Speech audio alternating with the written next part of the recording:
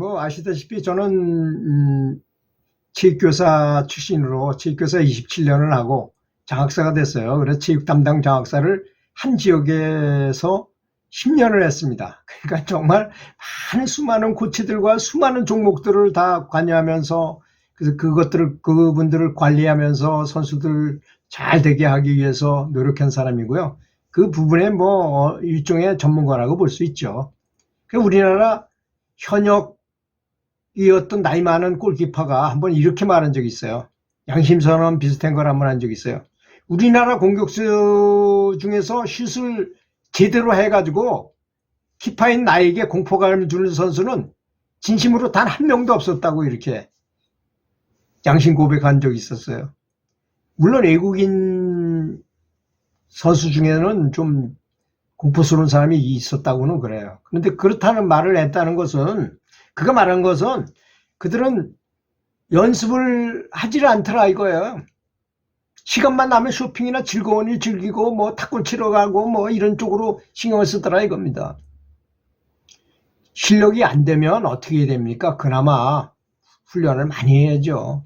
근데 그거보다 더 중요한 말을 하고자 하는 겁니다. 지금 이 말은 참 지금 그 순간에서도 안 되면 연습을 많이 해야 돼서 조금 올라갈 수 있겠죠. 근데 제가 하고자 하는 말은 그것이 아닙니다.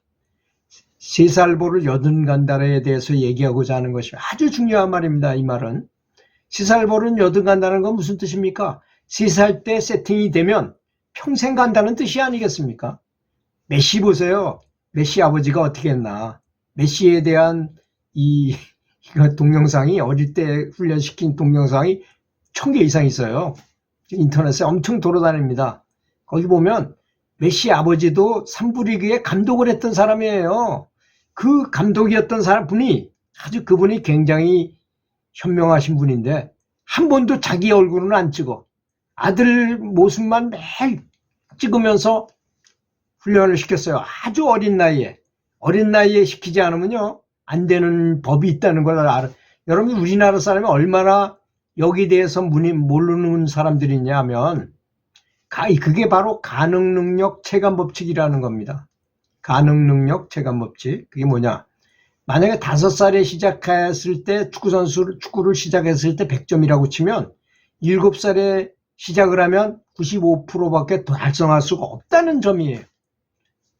그 다음에 9살에 하면 90%밖에 달성을 할 수 없다는 것입니다. 11살에 시작하자 85%밖에 달성할 수 없어요.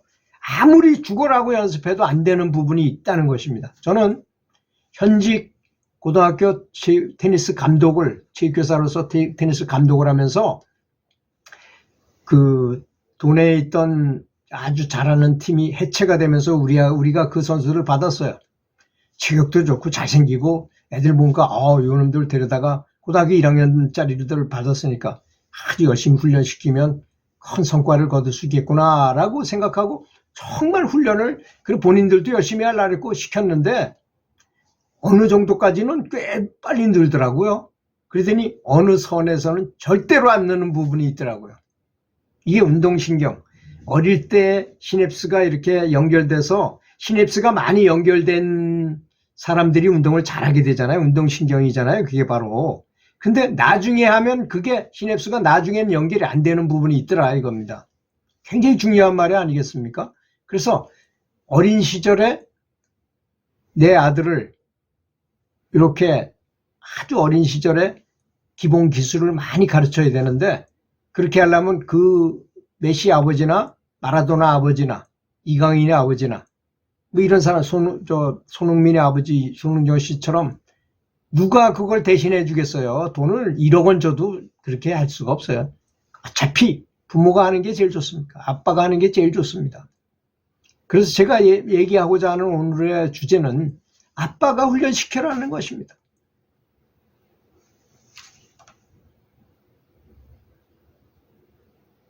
저는 여기에 대해서 책도 썼어요. 칭기스칸 학습법이라는 책을 썼는데요. 근데 저는 칭기스칸 칭찬을 많이 하고 기다려주고 스스로 하게 하고 깐깐하게 아예 적성을 따져봐라 이런 책 제목으로 학습법을 이제 육아 교육법을 써서 왜 그랬을까요? 아까 제가 말한 것 중에 답이 있는데요. 운동선수를 가르치다 보니까 어느 그 어린 나이에부터 기본이 안 된 사람은 한계를 뛰어넘지 못하는데 공부도 그렇지 않을까 해가지고 제가 장학사였으니까, 그리고 교육연구사도 했거든요. 교육연구사 시절에 그걸 조사했는데요. 각 학교 교무부장님들한테 이렇게 통해서 쫙 물어보니까 하버드 대학 가고 뭐 캠브리지 가고 뭐 전국에서 1등하고 전국대 학력고사에서 1등하고 뭐 이런 아이들을 이렇게 어머니들 연락처를 받아가지고 미리 좀 얘기해달라 해가지고 전국에 57명이나 되는 어머니들하고 여기에 대해서 태어나서부터 7살까지를 한정해가지고 어떻게 애를 훈육했습니까? 라는 걸 물어본 적이 있어요.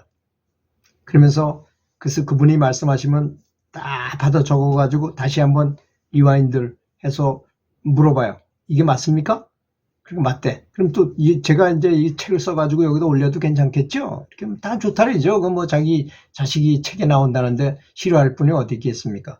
이래가지고 수많은 분들을 이렇게 해고 나서 결론적으로 그 중에서 20개를 뽑아가지고 책에다 사례를 집어넣었는데 그 어머니들의 얘기를 중에 4가지.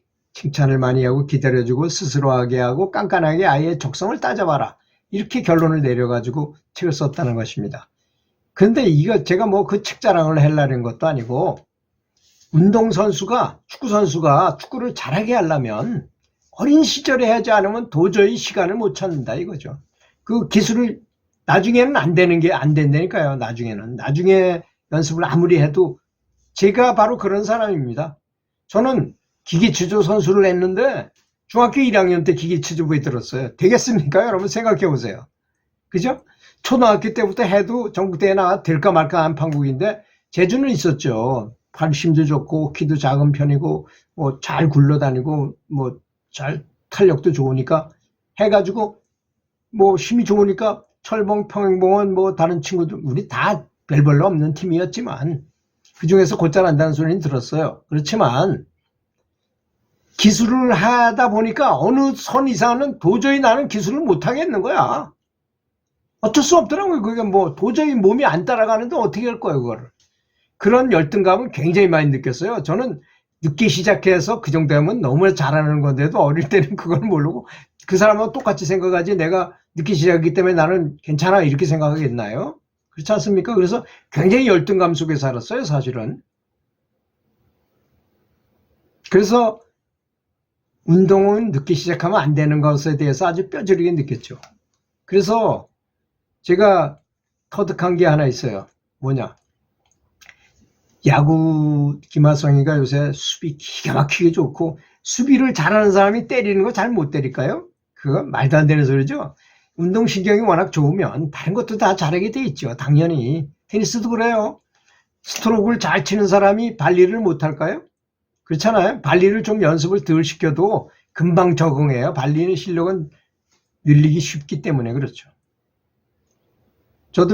제가 이영택 선수를 중학교 3년 동안 감독 생활을 하고 감독 겸 코치를 한 사람인데요. 물론 뭐 다른 코치 선생님도 나를 많이 도와준 분도 있었지만 정하섭 코치라든지 뭐 이일순 코치라든지 이런 훌륭한 코치들이 나를 많이 돕긴 했지만 하여튼 저도 많이 나중에 그분들이 다 없어지고 저 혼자 지도하기도 했으니까 뭐 그때 포핸드 스트로크를 세계에서 제일 잘 치게 해야겠다는 그때 당시에 이제 스테픽 그라프라는 선수가 포핸드 한 방으로 그냥 세계를 제패한 때였는데 거기서 답을 얻어서 포핸드만 잘 치면 되겠다. 포핸드 연습만 시키는 거예요. 그래서 전국 우승을 만들었어요. 우리 선수끼리 결승에 올라가서 우리 선수끼리 1, 2등을 다 차지하고 우리 지역에 와서 카퍼레이드를 참 멋지게 하고 저도 감독석에 오픈카에 올라와서 하고 그랬습니다.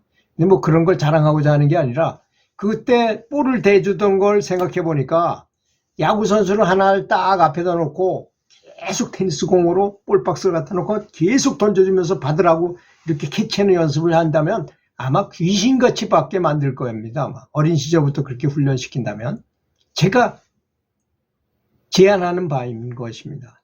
그런데 어떤 선수처럼 싸가지 교육을 많이 시켜야 돼요. 감사할 줄 아는 마음.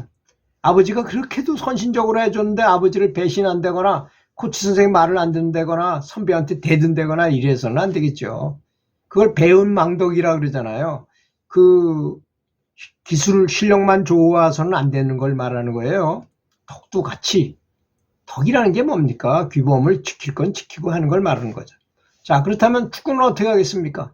테니스 공 가지고 리프팅 연습하고 해보세요. 500번 하는 애들도 데려다가 시켜보면 10번밖에 하면 10번도 할까 말까예요.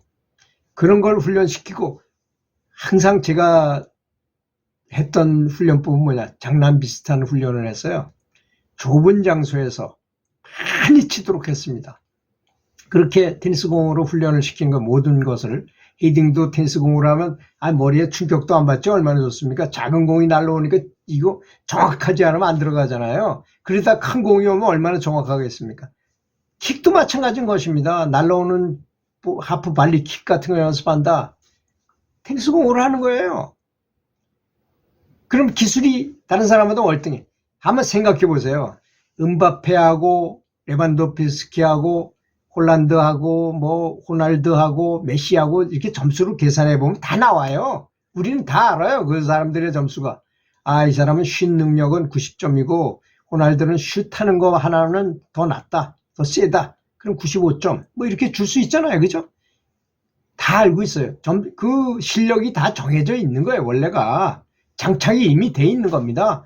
그 게임 중에 우리 선수들이 나한테 패스를 잘해가지고 집어넣고 이런 것만 차이 있는 것 뿐이죠.